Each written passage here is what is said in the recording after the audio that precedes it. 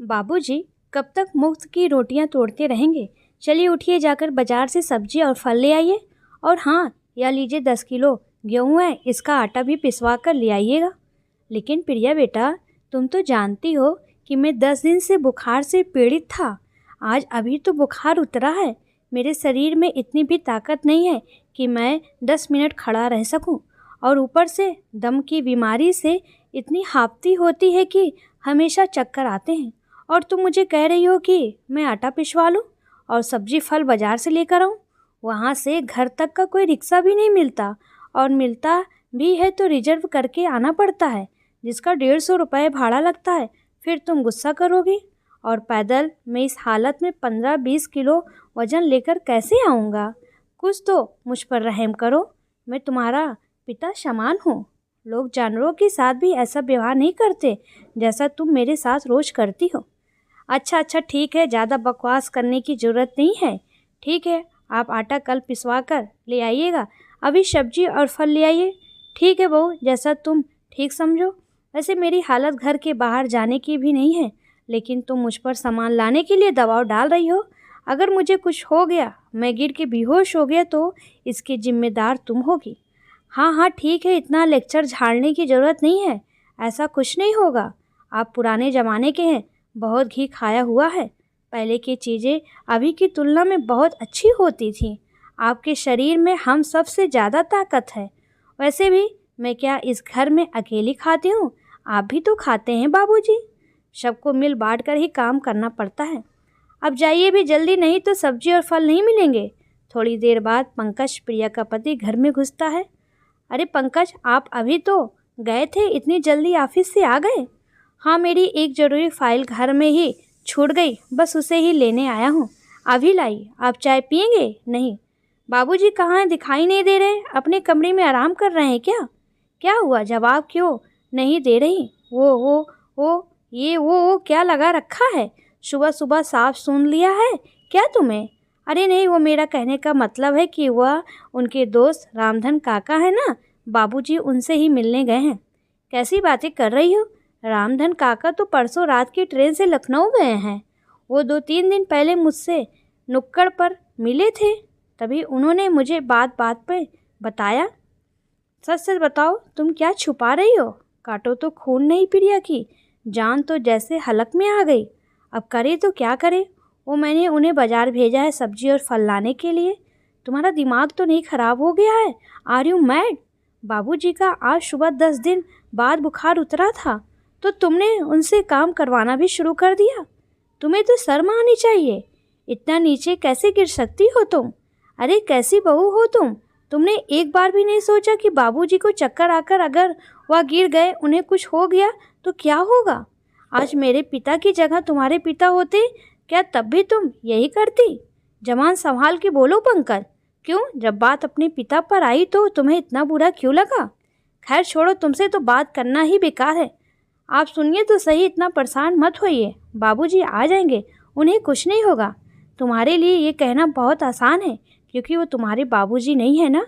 तुम्हारे अंदर इंसानियत नाम की कोई चीज़ तो है नहीं, क्योंकि तुम्हें अपना पराया से फुर्सत कहाँ है। लेकिन मेरे लिए तुम्हारे पिताजी हो या मेरे पिताजी, दोनों एक बराबर हैं।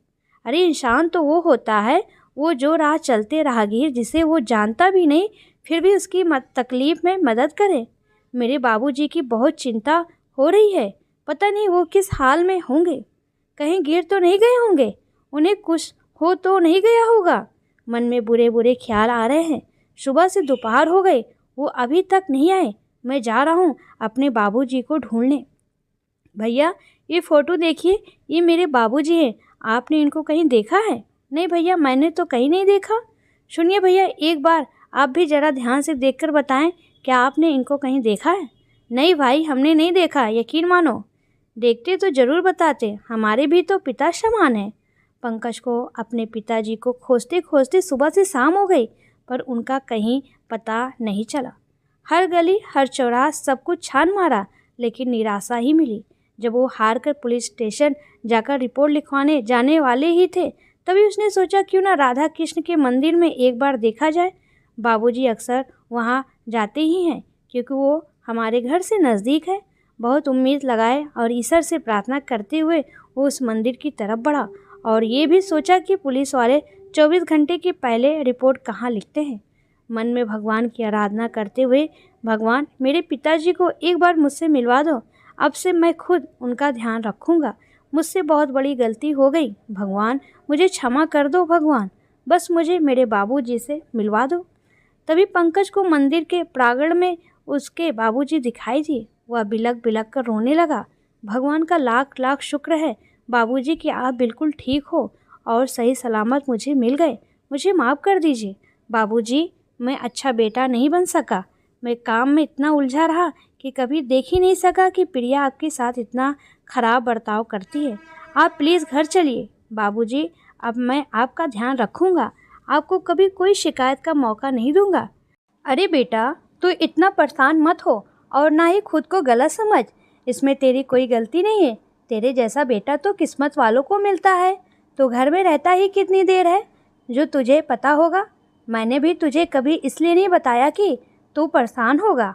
और बहू भी पूरी तरह से गलत नहीं है, वो खाना पीना सब मुझे वक्त पर देती है और सब कुछ मुझे जो पसंद है वो भी बनाती है।